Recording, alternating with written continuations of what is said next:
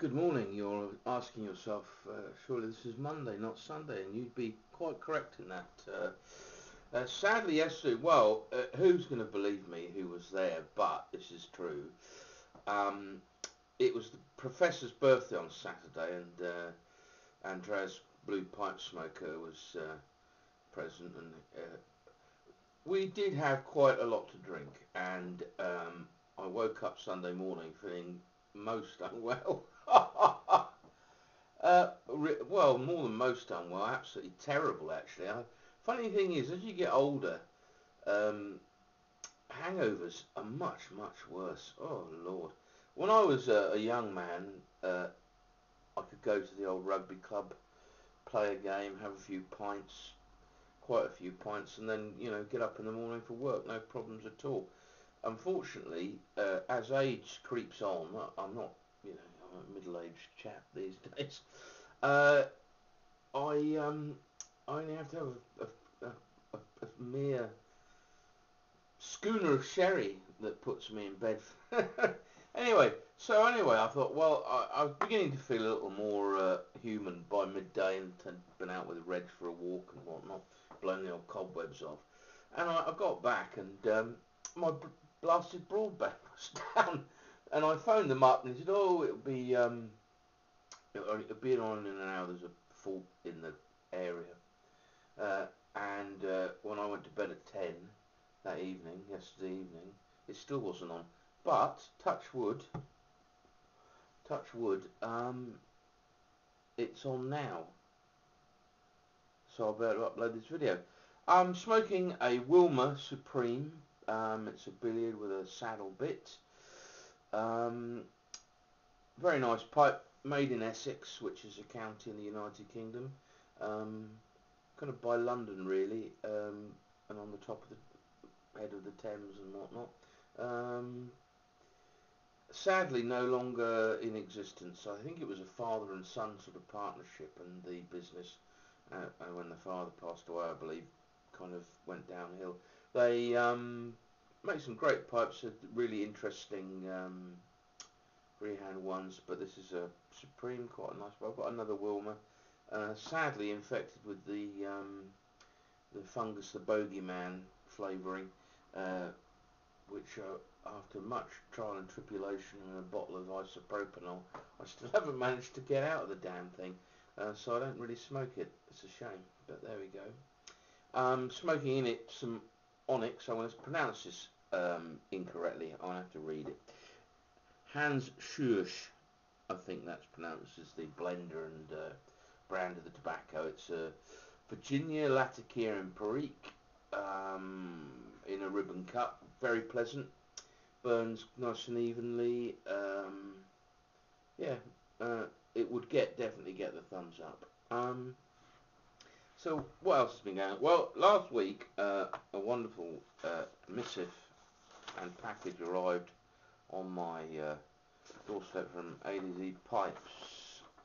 Dear Tim and Reg, enclosed are the welcome guides and a couple of samples. I reckon you like. Chris is a tall post guy at the Pipe Club, and it's his own mix. Mississippi Brewers from the Dagners, and fresh from the USA. Enjoy and best wishes, eh? So that lovely little missive there. They're wonderful. I'll just show you one. That is, I don't know whether... And look at that, an advert for tobacco. Not my first choice of tobacco, I have to say, Elsbo, but it's great to see it from 1995. There's a few of them, 1, 2, 3, 4. There's 5 of them, in fact. A wonderful Pipe Smoker of the Year on the front. Malcolm Bradbury, Con Davis, a classical composer and conductor, and Trevor Bayliss there, who invented a wind-up clockwork radio. That is Jethro, a low comedian. My late father rather liked him. He's quite a... Well, not really to my taste, I have to say, but, quite funny though, I suppose, if you like that sort of thing. And there is this one, which has Sir Ranulph Twistleton Wickham Fines on it. Not well. I admire his exploring and whatnot, but his some of his other views are a little on the extreme side and not really my cup of tea. I know he's a favourite of Pipe Friend CHS. He has a picture of Sir Ranulph with his beard all iced up and whatnot. But there we go. Yeah, so there we go. Sir Ranulph. Now, what amused me, and I've been reading through these, and I'm very grateful to AD for these. They're very funny, and I would have, I do regret not being able to meet them up in London. Him and Bill. Yeah. So anyway, but the title of this video will be "Relight My Fire." A few years ago now, there was a kind of controversy, if you can call it that. People got quite angry. Some people did. Some people just shrugged their shoulders and laughed, and others didn't take a blind bit of notice. But there was quite a debate about the most appropriate way to ignite your pipe. Of course, lighter matches were the opposing camps, and there was one video even talked about the science of lighting a pipe with a match as opposed to a lighter. I have to say, with a Zippo, it's not easy to light a pipe, and especially flake tobaccos. I find it's not so good. But matches always good. But for the unidexter, as I am, it's quite awkward, and particularly if I'm outside and there's a wind blowing, and I can actually light a pipe in quite a strong wind now, but you learn these things, don't you?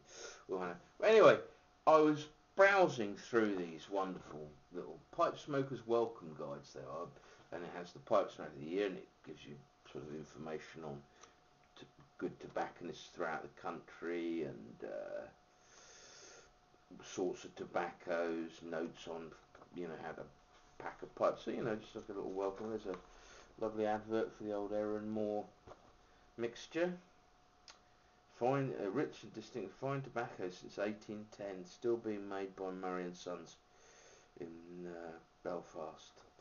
But one thing caught my eye, and I have to say, this lighting method for your pipe would be for a person with patience and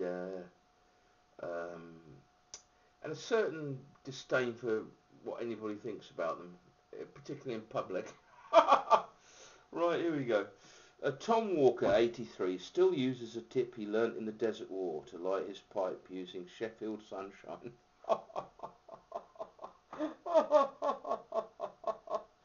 Oh dear.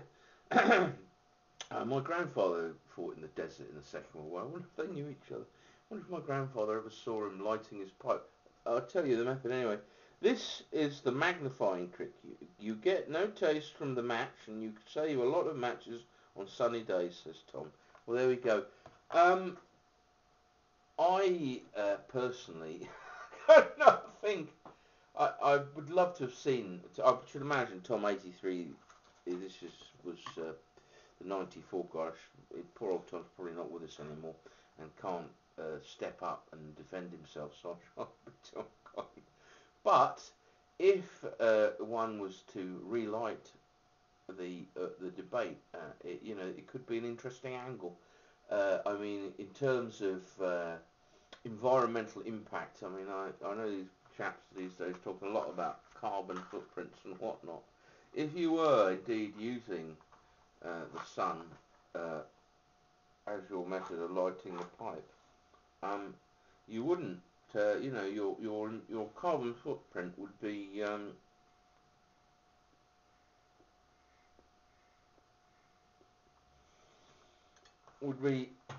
certainly lessened by such a method. I can't see it as catching on really. Not in the United Kingdom, where in July the 11th, as it is now, I took the dog out at about 9:30 this morning for a walk and got absolutely soaked. it's raining, it's cloudy, um, you have a lot of trouble. And if you were very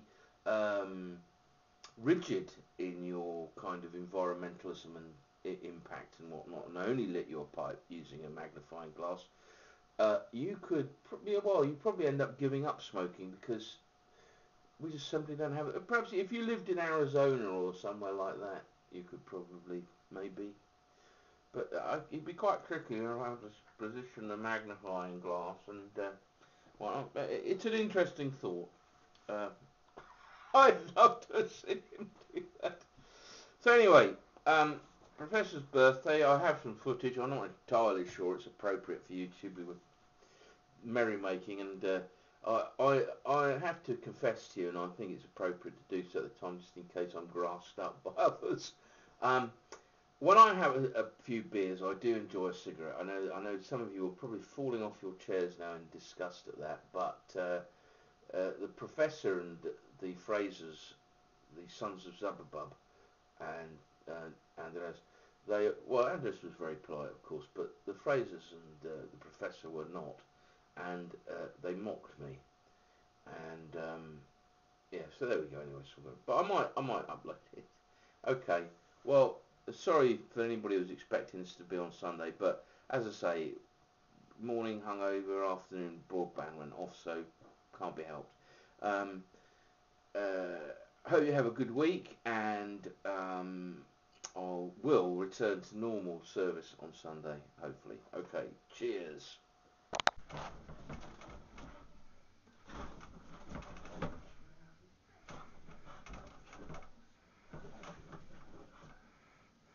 You having fun, Reg?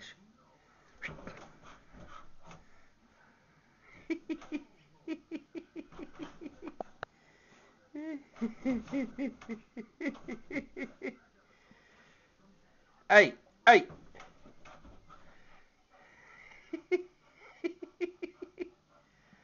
Oh, that was a good one, Reg. Yeah, enjoy that, don't you? Don't think I do.